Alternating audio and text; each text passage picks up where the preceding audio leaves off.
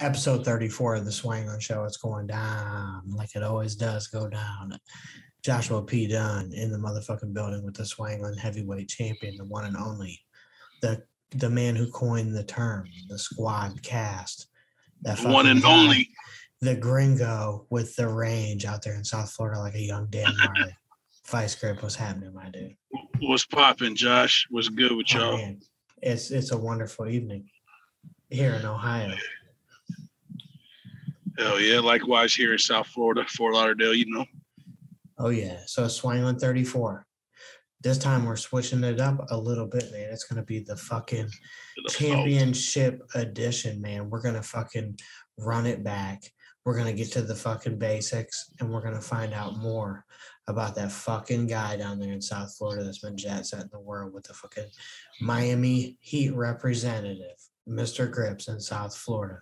How you feel about that, my friend? Shit, I like it. It's like a throwback to episode 1, you know, just caught up to current times, you know? Oh, yeah. You have to be the most tenured and you're the most seasoned swangler. If that's the way we would describe that when it comes to the Swanglin Show, you were the first ever guest. You were also the first ever 2-time guest. You were also the first ever 3-time guest. And from day one of the Swanglin Show, you are the one and only Swanglin champion of all time. And it looks like right now we're creating even more distance right now. How does it feel to know? Are you starting to feel a little bit more comfortable knowing that you are the Swangler? Tell me. Oh yeah. You know, it's born in the DNA. It's something that you just got. So, you know, we swangles, we dangles. You know, that's just what it is. Oh yeah. So this is an interesting question I got for you here. If you could use any sports reference of all time to describe what Swanglin is, what would you pick? Shit. Allen Iverson before the fucking, you know, the sideline dress code. You know what I'm saying? When he influenced the whole game. Swanglin and dangling is just you know, his influence, his natural inspiration. It's just doing what you do the way that you do it. You know, everyone's influenced by something, but you take what you're influenced by and you make it your own. You know, it's what we've always done with our music. And that's what Allen Iverson did when he came in the league. You know, he had the swagger. He made everyone want to rock cornrows and big chains and do-rags and all that. Like, you know, enough to where they had to change the rules. So, you know, you Swanglin. Yeah. And they got to change the rules to stop you because they can't stop you no other way. So it's about the aura, the spirit. Oh, yeah. The energy. And we're talking about heavyweight levels of Swanglin, man. Like people know when they see the champ down there in South Florida, there's about to be something epic. So here's my deal. On episode 33 of the Swanglin Show that is titled Don't Knock My Imperialism, that you can bang right now, you had mentioned on there, we started throwing some boxing references around, right? So if you had to say the Swanglin Championship, you had to defend it in a boxing match against any motherfucking opponent all time, who do you choose? Who do you lock up with? Who do you throw them fucking things with the Swanglin strap on the line? I mean, if I'm choosing my opponent, I'm gonna Mike Tyson that thing and make sure I win. You know, choose a person I'm gonna knock down real easy. So, you know, That's what I'm saying. Are we choosing cohorts on the Swanglin Show, or are we just choosing anybody? Well, when it comes to the Swanglin leaderboard, the Swanglin statistics, when it comes to the overall, you know, leaderboard of the Swanglin Show, we got you are the champ, undisputed, without question. But we got in there, you know, we got some fellas representing from multiple parts of the country that could come in and give you a run for that fucking title. What do you think about, you know, the other homies like Marinated Mitch and Young Prof and fucking, you know, CJ? What do you think about these guys' chances when it comes to fulfilling their fucking future aspirations of being the ultimate swangler, man? I mean, everybody swangles and dangles in their own way, and all the homies contribute. I got nothing but love for CJ, for Mitch, for Kyle, for Prof, Rob Digital, you know what I'm saying?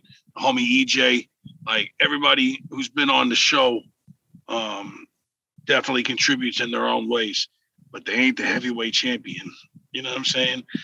We got ground on this side, and we just, it's about consistency. It's like you see me repping the Heat jerseys. It's more than just loving the basketball team. What I love about the Heat is the corporate organizational integrity, the honesty, the pure intention of, we about championships. Yeah. We ain't never trying to tank. We trying to put W's on the board every year.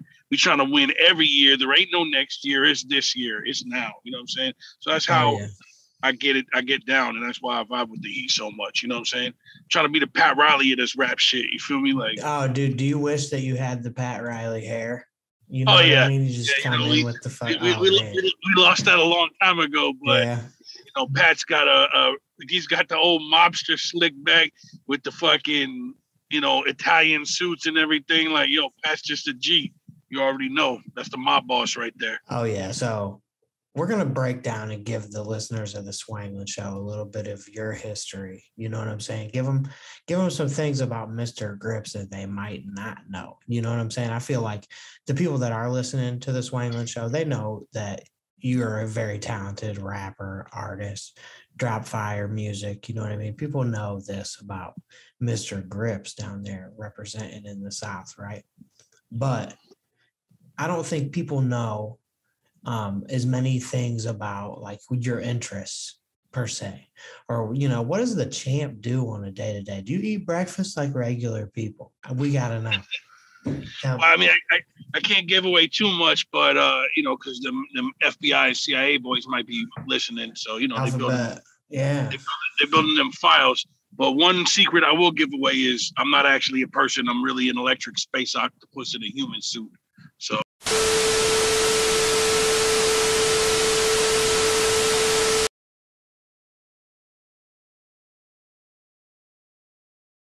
What the fuck was that? You're a what, dude? You're a human what? Octopus? No. Chill. Electric space octopus. We ain't gonna go there. Oh yeah, we gotta fucking switch this shit up right now. So let's move on. We know that you're representing hard. You got super pride for South Florida, Broward County, Florida, representing. And I know you're always holding it down for all of the Miami sports teams. Now, I got to ask you this question. What was the first game that you ever went to that you can remember, like your first like Miami sports moment? Probably Florida Marlins, back when they were the Florida Marlins instead of the Miami Marlins. I played baseball when I was a kid, like, optimist. And my pops in summer camp, I went to a couple baseball games. Then like Florida Panthers, some hockey games with like summer camp and stuff like that. And then as I got older, Heat games, Dolphin games, you know what I'm saying? Now, Miami Hurricanes. The Florida Panthers are the hot item right now. Everybody loves the Florida Panthers. They seem to have one of the best fan bases in the NHL, and that's awesome to see that grow from pretty much nothing out there in Florida. Oh, yeah. Now, you say you had to pick one player in Miami Heat history to be the most underrated. Who you got? Who's the ultimate sleeper Miami Heat player? Most underrated? I'd have to say Mario Chalmers. Super Mario was integral, I should say integral to the championship runs. He defeated Derrick Rose in the NCAA championship, hit a big-time three at the buzzer to win that title for his team. And, he was like the fourth big player. He came up in big moments. He always thought he was the best player. He had ultimate confidence. So, I'm gonna go with Mario Chalmers. Yeah, he did contribute. He did contribute big time to that championship team. And he's a slept-on player just in the history of that title run as well, because there's so much star power on that team. So we're going to show you some love. Shout out Mario Chalmers. You know what I'm saying? Now, Vice, another fucking question for you. For the Swanglers, we're going to let them know a little bit more about the Swanglin heavyweight champion. You know what I mean? So we're letting them know. We know you love the Miami motherfucking sports teams. We know that you're rocking the microphone in the music production game super motherfucking hard. So what's one thing about Vice Grip that people don't know, that the people just don't know about you, man? Well, I think there's a misconception that, maybe I'm a little more aggressive. You know what I'm saying? I'm actually a very thoughtful and in the moment type of dude. I mirror people's energy. So if you come at me sideways, I'm gonna come at you even more sideways. But if you come at me with respect, I'm gonna come at you with respect. One thing, probably what I wanted to do before I became a rapper, like I started writing and producing in like 8th grade. I bought turntables and drum machines, and I was actually trying to be a DJ in a metal band. And it never worked out. We could never practice or nothing. So I just fucked with my own production and started writing and doing bullshit raps with my friends, like 9th grade, so like 13, 14. But originally I wanted to be one of them cats on the Discovery Channel. I went to school for marine biology, and I wanted to be out there photographing wildlife and being on the Discovery Channel. Like I watched a lot of nature shows with my pops. I still love nature documentaries like Blue Planet and Planet Earth. And,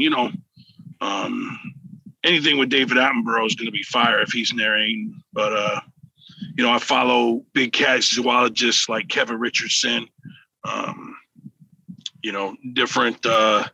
different marine biologists and zoologists. And, I'm real big into animals. Like I swim with sharks. I've walked in the forest with like bears and shit. Like, I'm not afraid of animals. I like to be in nature a lot. So, if I didn't fall in love with rapping and making rap music and doing that with my friends in high school, I probably would have went to college for, either marine biology or zoology. I really wanted to study big cats in Africa. Yeah, that would have been fucking insane, dude. Yeah. So you're into nature and shit, man, and you're into animals, and you wanted to study big cats. You know what I'm saying? Go abroad and stalk down the feline. So what's your favorite big cat? Cheetahs. The cheetah. Okay, so I used to have a dog. I used to have a dog named Rita, and Rita was wild out. I remember. We called her the cheetah. What makes you love? What makes you love the cheetah more than the other big cats, man? Just because they were so interesting. They're different than a lot of the other cats. Their speed is crazy. You know, they're the fastest land mammal, being able to run up to 75 miles an hour. Their spine actually like articulates, so their vertebrae separate and spring back, kind of like a slinky. You know what I'm saying? So it's like a spring. It just like springs them forward. Yeah. So, they were definitely my favorite. Still are my favorite big cat, even though they're not like super dominant in their area. They're definitely lesser than leopards or lions, just from sheer size and force. Like, they're not fighters, but they were just dope. They were interesting, and I thought they were beautiful animals. Specifically, there's a mutated gene in their family. I don't know if you ever heard of king cheetahs. No, I've heard of that before, my friend. Okay. Yeah, a king cheetah is like a cheetah where their spots actually connect more like stripes. And it's very rare, but I don't know, just something about them was dope, and I liked learning about all the different animals that were fast. Like the fastest animal in the air is a peregrine falcon. The fastest.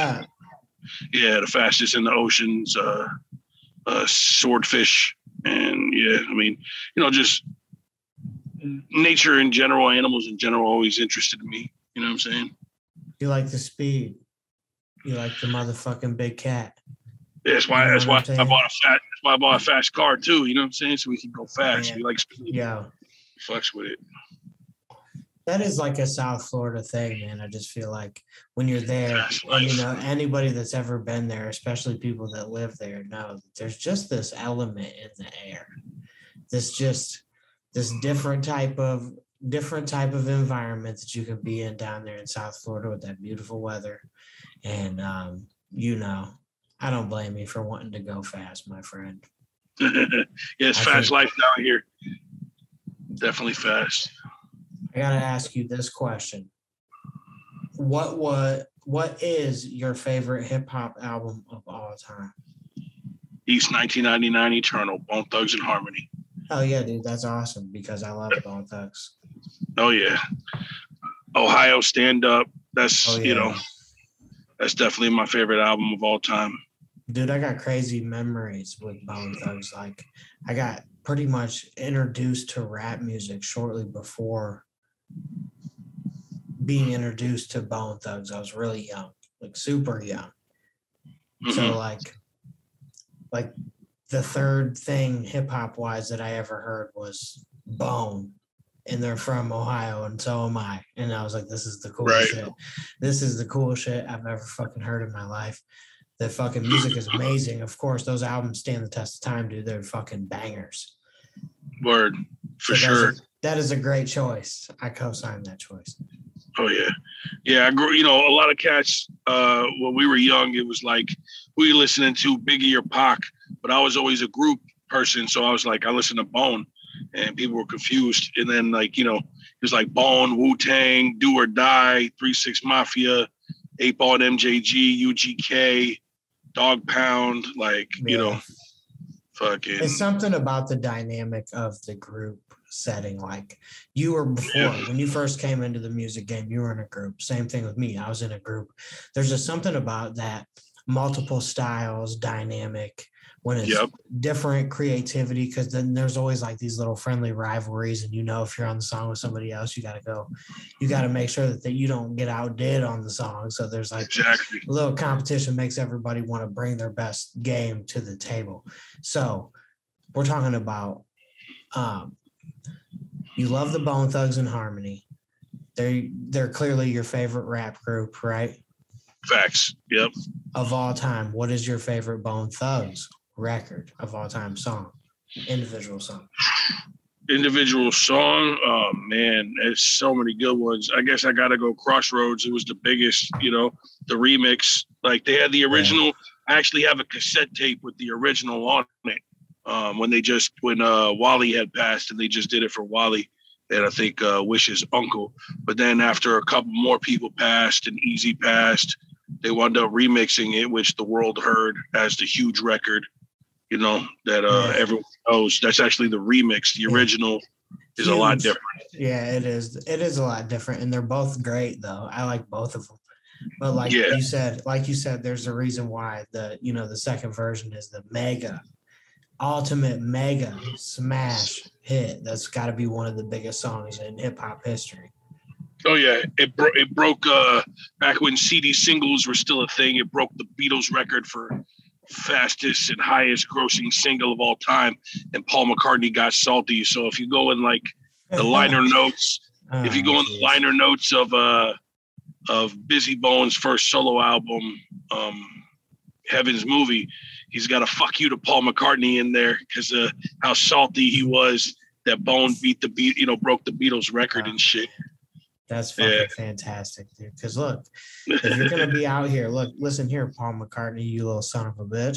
When you want to come in and you want to fucking hate on Bone Thugs, you knew what the fuck you was asking for, so you deserved that shit, you little son of a bitch. Now, Vice Grip, do you get into the Beatles? Do you fuck with that type of shit? Oh yeah, I fucks with the Beatles. I grew up on mainly the first music I heard was what was handed to me from my mom. So my first 2 cassette tapes were Michael Jackson's Thriller and MC Hammer's first album. So you were supposed to say, "Nah, man, fuck Paul McCartney." You know what I'm saying? You were supposed to cut it off, and that was supposed to be the move to where we was like, "Yeah, you little son of a bitch, Paul McCartney. That's what you get for hating on Bo."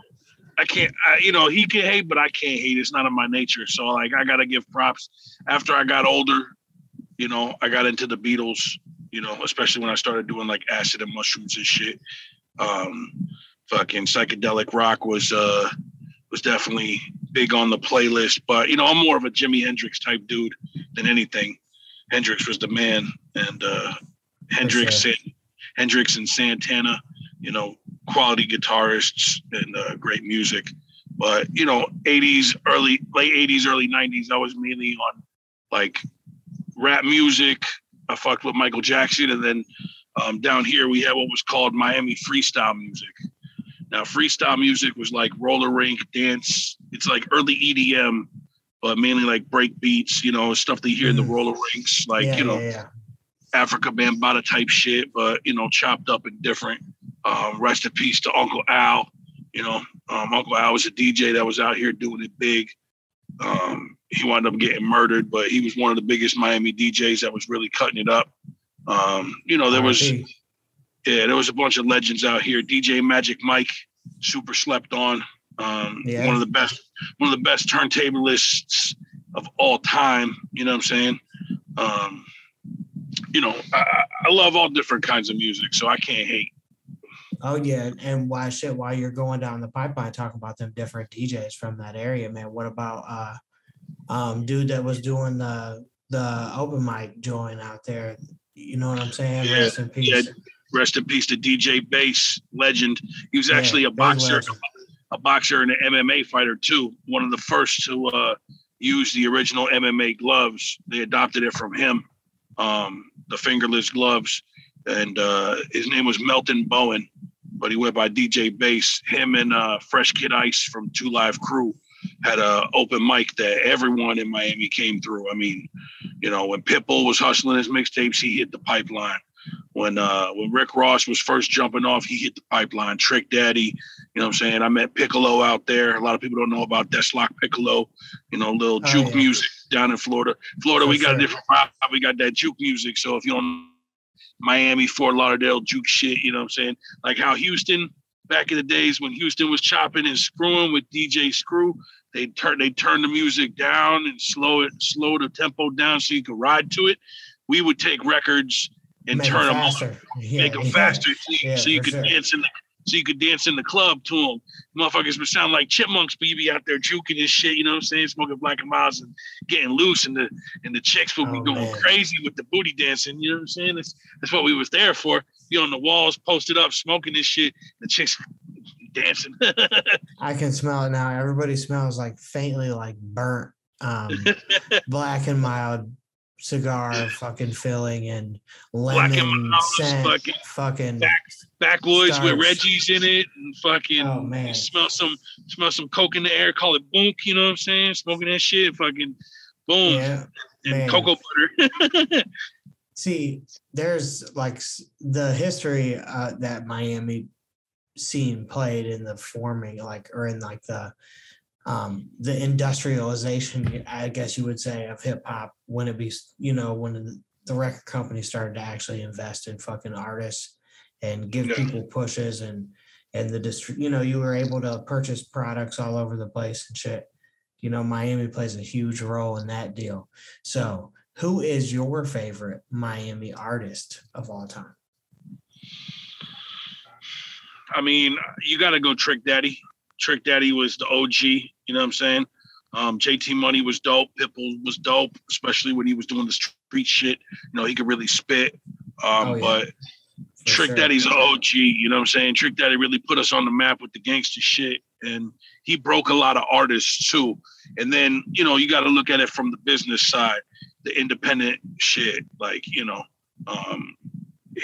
had Slip and Slide Records, you know what I'm saying? Out from there came Po' Boy Records, or Po' Boy Entertainment, I should say.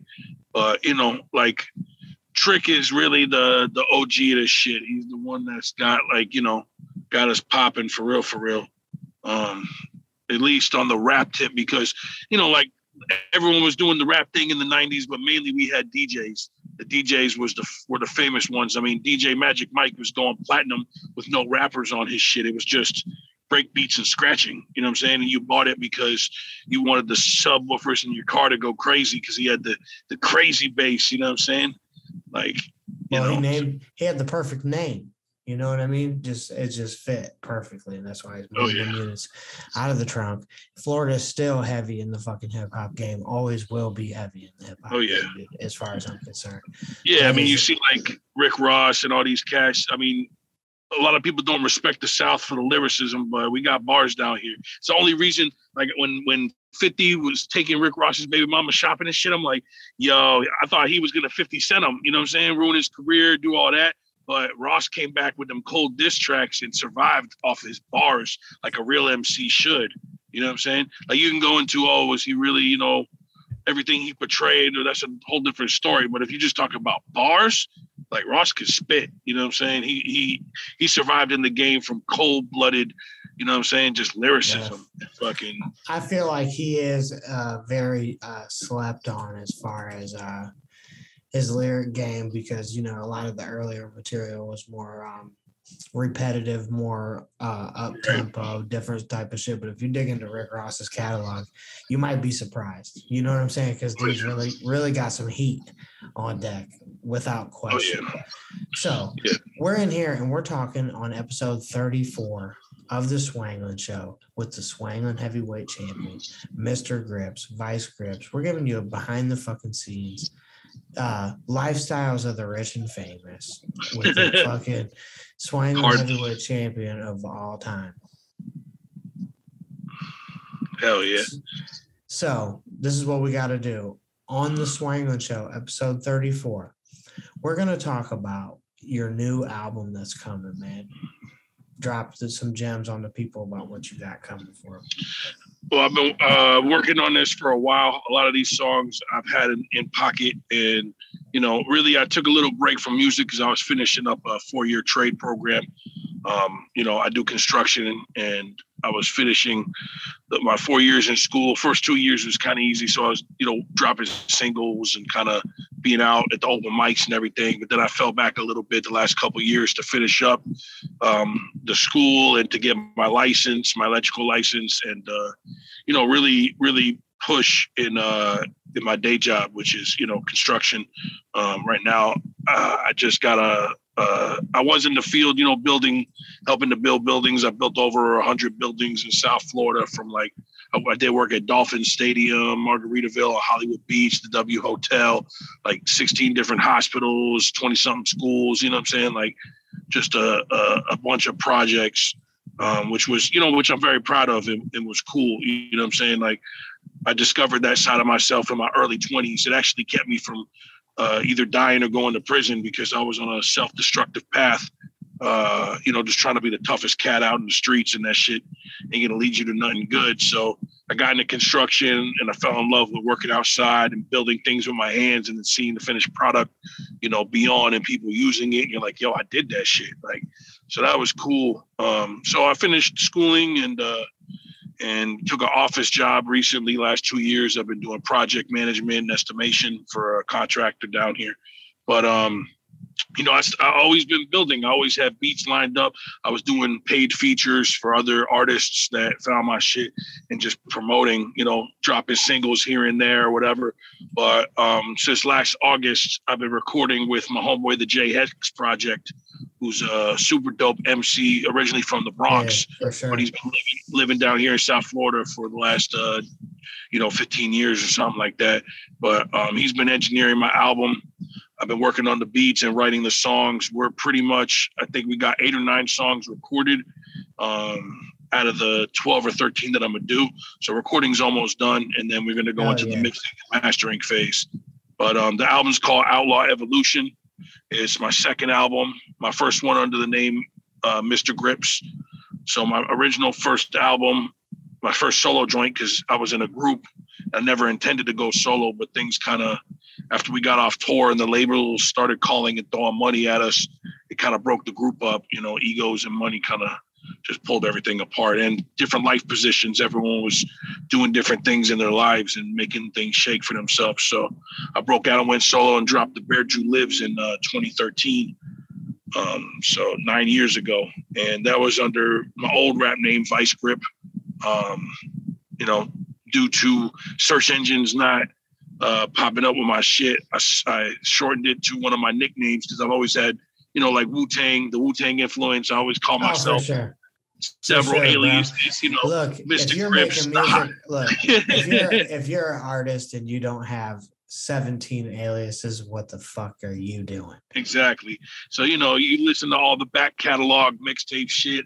I always, you know, had different things. The Broward County Cannibal, the Hollywood Headhunter, MrGrippz, Meyer Lansky, MrGrippz, like, you know, East Side Hebrew, Young Israel, like, yo, it was always something creative that was playing off my life that I would, you know, anoint myself in a different rap or whatever, just to be slick like that, because that's how Wu-Tang did it, and they were a big influence, you know what I'm saying, lyrically. But so the new project, you know, it's going to be under the MrGrippz moniker, and that's how I'm going to drop music going forward. Just like my original album, I produced all the beats, I wrote all the rhymes. This one's actually going to have probably, you know, 1 or 2 features on it. I'm going to have the J Hex drop a verse on there. And, you know, we keep it mainly in-house, but, you know, who knows? I've done collabs with big artists in the past, but, you know, it's really going to be about me on the project because I want, you know, what I've been working on to be displayed. And I think it's a dope album. It's got a lot of cool concepts, you know, and I think it's going to be a real solid project. I think it might be the best sounding music that I've ever released. You know, the J Hex is really hooking it up. That's what's up, man. He's got a really unique vibe to what he puts down. So I'm interested to hear the collaborative song as well as hearing the project in its entirety, because I know how you get down. You're like a scientist with this shit. You're taking it very seriously, crafting very, very meticulous level, right? So for me, as not just as your dude, as your friend, I'm a fan of your catalog as well. I fucking think you're a dope artist. Appreciate my favorite joint of MrGrippz from the Swanglin heavyweight champion of all time is this joint called Hologram. Tell me about the song. Tell me about the creative process behind the song Hologram. So when I was doing the singles, you know, I produced a lot of them, but I have a lot of homies that also produce and, you know, are great artists. You yourself, a bunch of different homies. And one of the cats that I actually not only taught me a lot of the shit in the studio when I was a kid, he's like a mentor to me. He got me into the construction trade when I was out in the streets, you know, about to go to prison and fuck up my life. You know, he got me a construction job, and then that set my life on a course. He retired from rapping. He's only been producing. He back in the days in the group, he was called Lou Bez or Lou Bezel. And then he changed his name to Scumbag Louie. And then he changed his name to Concrete Zebra. But he's got his own production company. Check him out on YouTube, Craftmaster Productions. He's done shit with, you know, Rick Ross and Maybach Music Latino, and he's produced a lot of dope joints. So we was just chopping it up, and he's like, yo, you know, he was asking me what I was doing artistically, musically. I told him I was just working on singles, dropping them. He's like, shit, I got a bag full of beats. Check these out. So he slid me a little link. I downloaded, and I heard that beat for Hologram. I'm like, shit, you know, because normally I just want to rap on my own shit, but a lot of my producer homies got that fire, you know? So when I heard that beat, I was like, bruh, it just came to me, you know? So I wrote it and recorded it and put it out. But it stemmed from, you know, doing a lot of hallucinogenic substances and enjoying my time in what I call the Frosty zone. So you go off into that next dimension, you know what I'm saying? I started looking at life and analyzing things. And then I actually listened to a TED Talk, which I sampled some vocals on in the end of the video. When the beat drops, I slid a little excerpt from a TED Talk about a holographic universe and how, you know, we're taught in elementary school that your senses, your sight, taste, hearing, smell, touch, your intuition, you take the world and universe in, and your brain processes it. But no one talks about how your brain, once it processes it, pushes that information out there, and it helps shape your reality.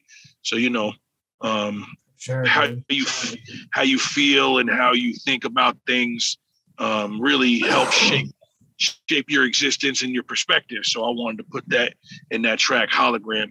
And really it was, indicative of where I'm taking my art, which is a more thoughtful place. Like, I came up as a battle rapper, a vicious battle rapper. Like, I was crazy, like hundreds of wins, not very many L's. You know what I'm saying? Even as a jit, when I was just learning the shit, like freestyle off the dome or text battles on the internet, diss tracks, it didn't matter. I was eviscerating any competition. So that was how I approached my emceeing for a long time. But, it was enough of, just spitting dope verses for the sake of spitting dope verses. I wanted to talk about topics and still have that slick lyricism in there, but have a deeper meaning to it. And Hologram is definitely one of those tracks. Really, a lot of the music now, like 90% of the new project, The Bear Jew Lives, Outlaw Evolution. Even the first album, The Bear Jew Lives, is a lot of topical, Act of War is topical, Birthright is topical, Save Yourself is topical. You know what I'm saying? There's a smoking track on there, Your Brain on Drugs. There's a representing anthem, 9 Nickel 4, which you shot the video for down here. You know what I'm saying? Yes, sir. Yes, sir, I did. Yes, sir, I did. So what I want to do, man, is I just want to go in there because, like, we talking about the song, it just makes me hear the fucking beat in my head. So I'm just going to play this for the listeners of the Swanglin Show. This is a banger of a song called Hologram by the Swanglin heavyweight champion, MrGrippz, right here on the Swanglin Show. You little son of a bitch.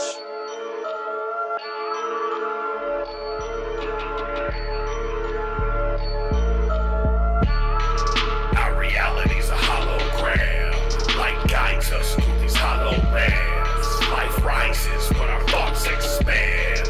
Our reality's a hologram. Our reality's a hologram. Light guides us through these holograms. Life rises when our thoughts expand. Our reality's a hologram. What we think is like what we eat. How we feel is as real as the air we breathe. Purpose is the earth's dirt beneath our feet. Music's universal language, listen as we speak. Energy's the water that we need to drink. We'll allow no one to impede the leak. Perspective shapes everything we see. Nature and nurture are the same thing. Separate bodies living in the same dream. Cancel out the nerve pulse that pain brings. Mind over matter, you can change things. God and the devil are the same beings.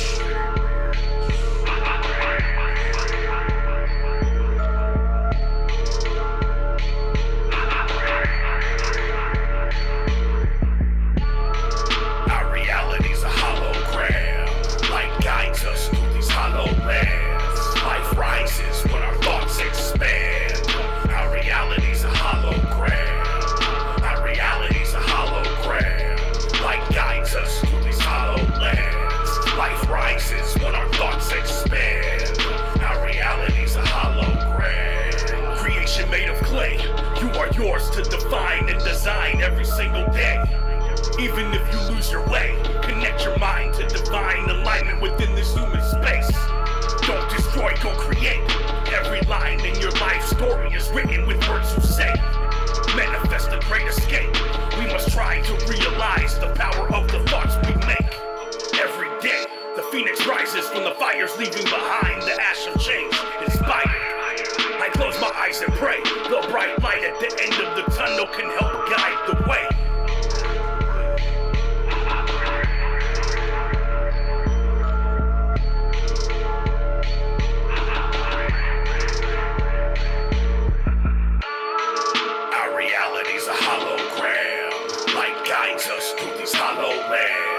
Life rises when our thoughts expand. Our reality's a hologram. Our reality's a hologram. Like God.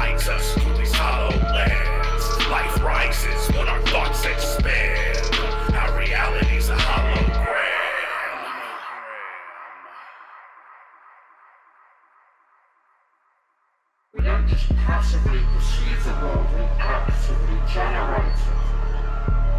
A controlled hallucination in which the brain's predictions are being reined in by sensory information from the world. In fact, we're all hallucinating all the time, including right now. It's just that when we agree about our hallucinations, we call that reality.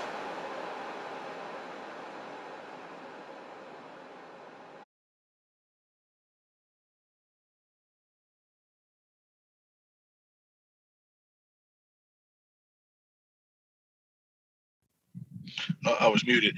I repeated that line. When we agree upon our reality, I forgot that. When we agree upon that hallucination, we call it reality. That shit is cold. That was from that TED Talk. That's that sample. Yeah. Now, that right there, my friend, is a gem of a song. And thank you. That was Hologram by MrGrippz, a.k.a. MrGrippz, a.k.a. the Swanglin Heavyweight Champion, a.k.a. the lone guest, the lone wolf on episode 34, the Shaq Diesel of Swanglers of all time, representing. So we went through some back history. We told some people some things you might be interested in and some things that you enjoy that people might not know about. You know, we had a little learning experience with the Swanglin Heavyweight Champion today on the Swanglin Show, episode 34. We got your insight on some Miami sports history.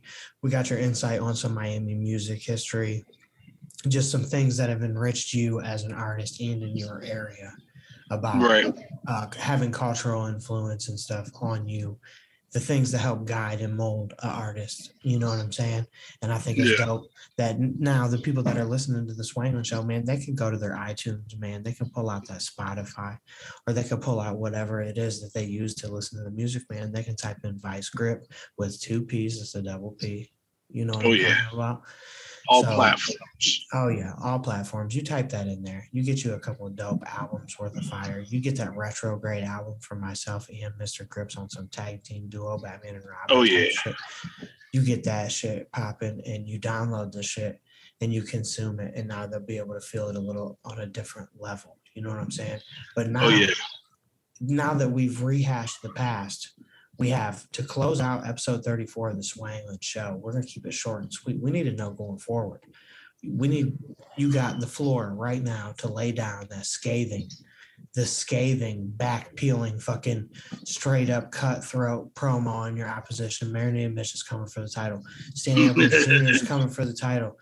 You know what I'm saying? You got to keep your eyes on Nucleus. He might pull some sneak shit to try and fucking get the title. What do you got to say to these fucking guys that's coming at you for the strap of the all-time Swangler role? Well, you know, we always know Nuke's got that steel chair hidden under the mat. We prepared for that. We ready, you know what I'm saying? And that's all I can say, really, is that we ready. We on here, you know what I'm saying? I'm about creating this content. Shout out to you for doing the Swanglin podcast. Now, the one and only Squadcast. We out here. Conspiracy is the label. Conspiracy family. Subversive Edge, putting out that edgy music for all my edge lords out there. You know what I'm saying? Shouts out to the J-Hex Project, Severed Nerves Music, you know what I'm saying? Mixing and mastering, engineering that new album, Outlaw Evolution, will be out soon, you know what I'm saying? And, you know, they really can't handle the electric space octopus, but we gonna hold that on the hush, you know what I'm saying? We out here in the Frosty Zone sliding. 305-954, you know what I'm saying? It's what we do. We get it in. So, you know, all challengers are welcome. We welcome those challenges. Oh, did you hear that, Marinated Mitch? Did you hear that? Mr. Rapper Geek Stan Edwards Jr., the mid-card king of the Swanglin universe. You know, it's crazy when we come and we all link up. And it's crazy that you coined the term the Squadcast, because right now we're only 2 deep and it's still the Squadcast. And if it was only 1 deep on the show, it'd still be the Squadcast, you little son of a bitch. Yeah, because we always squatted. Oh, yeah, that's what we got to tell you on episode 34 of the Swanglin Show. I'm pretty much a team by myself, you little son of a bitch. So it's the Squadcast when I'm all alone. Them ninjas might be jumping out the bushes. You never know. So always watch out. You never know. Oh yeah, keep your eyes peeled for episode 35 of the Swanglin Show. It's going to be coming out real soon. Make sure that you do your due diligence if you're listening to the Swanglin Show. Make sure you tell everybody that they might not be swangling if they are not swangling, just because that's the type of thing a real friend would do. It's going down. Episode 34 of the Swanglin Show. Joshua P. Dunn. Today, my friend, the P is for fucking pineapple because I like to eat pineapple. And it's just that simple. You know what I'm saying? And before we sign out on these simpletons, we're going to shout out all the listeners of the Squadcast, everybody that's tuning in and absorbing this content on the one and only Swanglin Show, the one and only Squadcast. We appreciate y'all. Shouts out to my Dragon Lords. Shouts out to everybody that's on here. All the fire breathers, everybody that's got the lava in their veins, all my cold-blooded, you know what I'm saying, ninjas out here. Oh, yeah. We out here. 100. My fire breathing's more than likely, statistically, 90% or higher due to garlic bread. Well, you are Italian. So. Straight up. Represent for life. Representing for garlic bread eaters all across the world and swanglers who breathe air. It's going down like a motherfucker. Rick's dangling for life.